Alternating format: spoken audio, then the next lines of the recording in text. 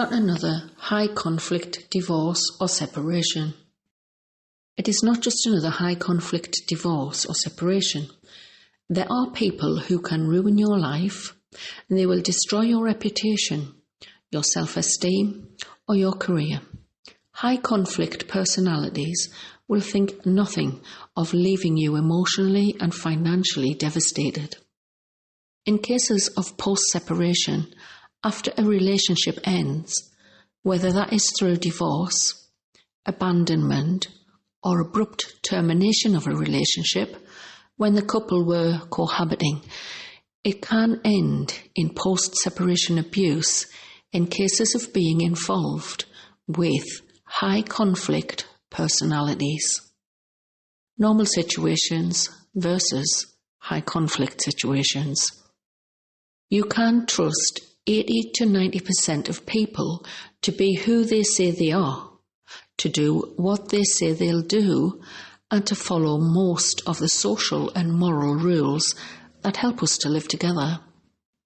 In a normal situation at the end of a relationship, most of us try to resolve or diffuse conflicts, but people with high conflict personalities compulsively escalate disagreements.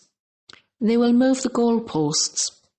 You reach an agreement, and just as the ink is dry on that, they want to alter and change things.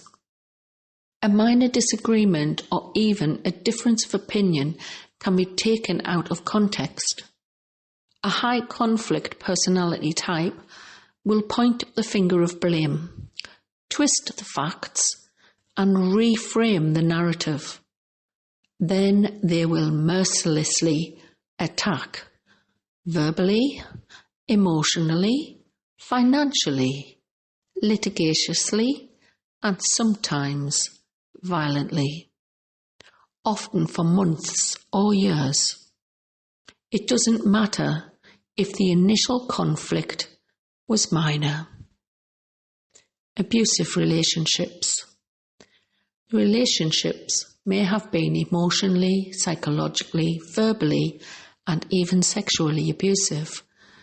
There may have been some form of financial control or abuse of power dynamic.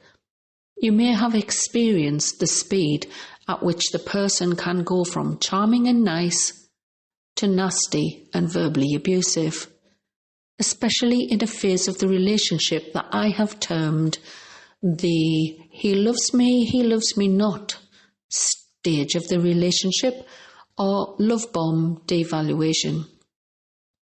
Oddly, you might not have been aware that what you were experiencing in the relationship was in fact abuse.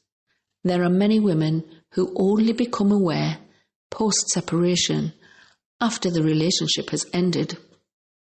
With high conflict personalities, the initial relationship moves quickly.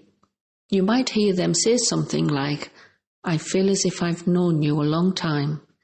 They can be very charismatic and seductive. They may present as friendly, caring, kind and generous, so you can be drawn into the relationship, believing you have found a friend, a lover, and a soulmate. Red flags. However, it may be a little while until you notice some negative traits that seem to creep in. They bring up past failed relationships and tell you how they were treated badly. The girlfriend who cheated on them, the wife who was frigid and did not enjoy sex, and the second wife who after separation was always messaging and contacting him. These are red flags to watch out for.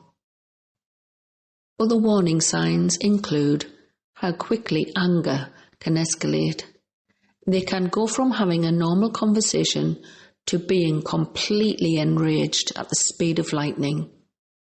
Another is emotional immaturity. People who lack emotional development can't handle stressful situations or take responsibility for their actions.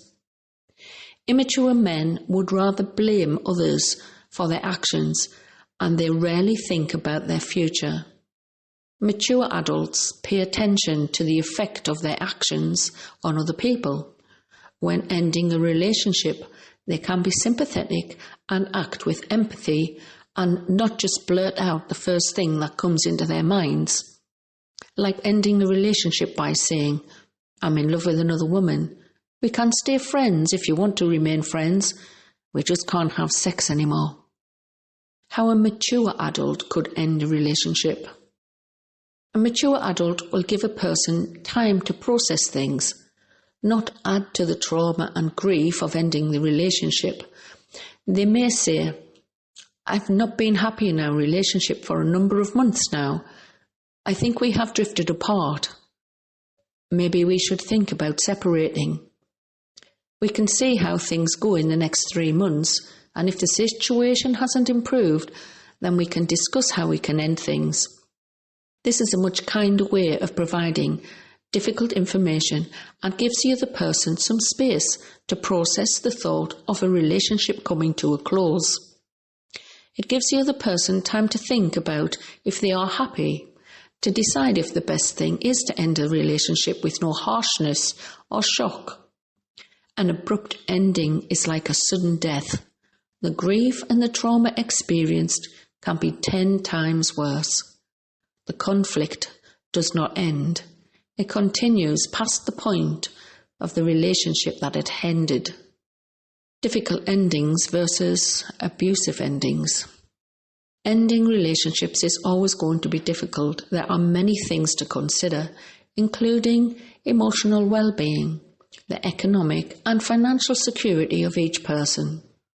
With a high conflict personality type, they will have no qualms about leaving a partner or spouse in emotional, psychological, and financial devastation. They will not be interested in trying to resolve things amicably, despite what they may have promised you. As I said at the start, high conflict personalities will mercilessly attack, verbally, emotionally, financially, and litigiously. Yet, the solicitors, the police, the courts, the judges will not see this as an abuse of power during a contested divorce. Even worse, when the couple were cohabiting, when the divorce laws do not cover the non-married relationship. Domestic abuse laws cover the emotional and psychological abuse of power and control post-separation. However, when women try to seek justice on the grounds of emotional and psychological abuse, they are being told it's very difficult to prove emotional abuse.